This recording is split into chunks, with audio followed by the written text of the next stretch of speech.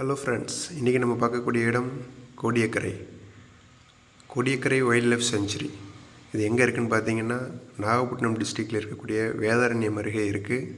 இந்த wild life செஞ்சுரியுடைய special என்ன அப்படின்னு பார்த்தீங்கன்னா, இதன் அருகே காவிரியுடைய கிளை ஆறு கடலில் கலக்கிற இடத்துல இந்த செஞ்சுரி அமைஞ்சிருக்கும்.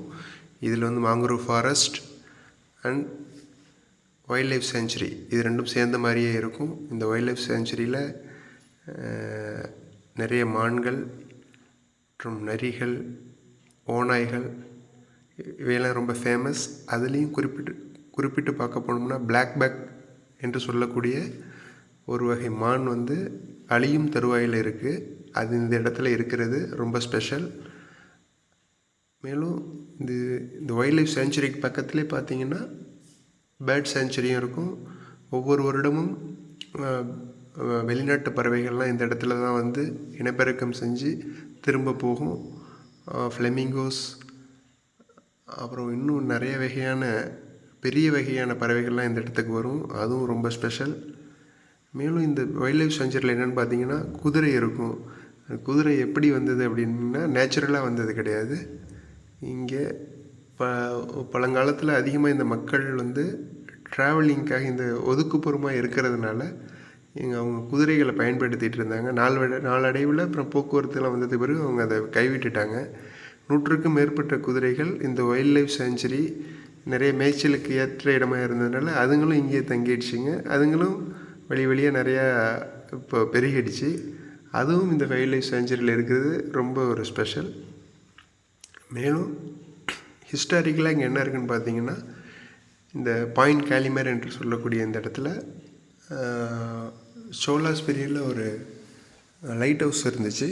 அது சுனாமி அப்போ உங்களுக்கு அதிகமாக டேமேஜ் ஆகிடுச்சு. அதுக்கான அடையாளமும் இருக்கும். அப்புறம் ராமர் பாதம் அப்படின்னு சொல்லக்கூடிய ராமர் இந்த இடத்துக்கு இலங்கை போகிறப்ப அந்த ராமாயணத்தில் சொல்லக்கூடிய இந்த இடத்துக்கு வந்துட்டு போனதுக்கான ஆதாரம் இருக்குதுன்னு சொல்கிற மாதிரி ஹிஸ்டாரிக்கலாக சொல்லியிருப்பாங்க.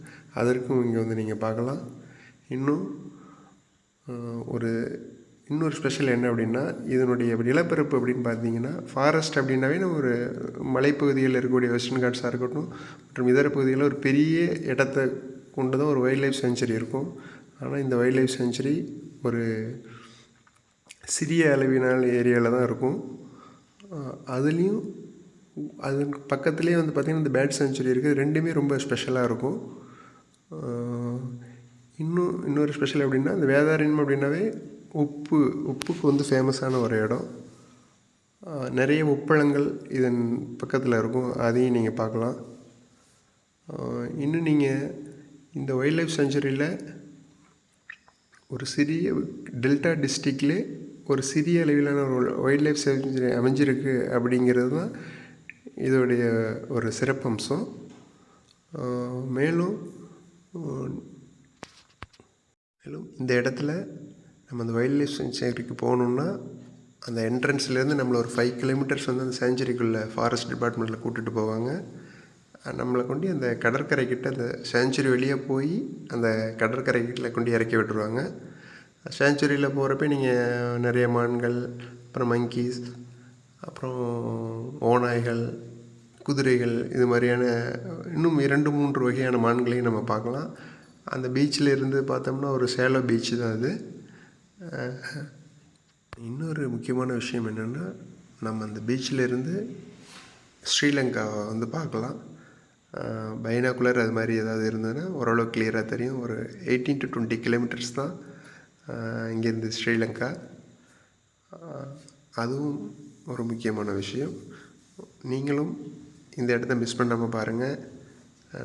எல்லோரும் குழந்தைங்களுக்கு ஒரு 1 day டூர் போட்டோம்னா இதை பார்த்துட்டு வர்றதுக்கு ரொம்ப நல்லாயிருக்கும். மேலும் உங்களுக்கு இந்த வீடியோ பிடிச்சிருந்தா லைக் பண்ணுங்கள், ஷேர் பண்ணுங்கள். தேங்க்யூ.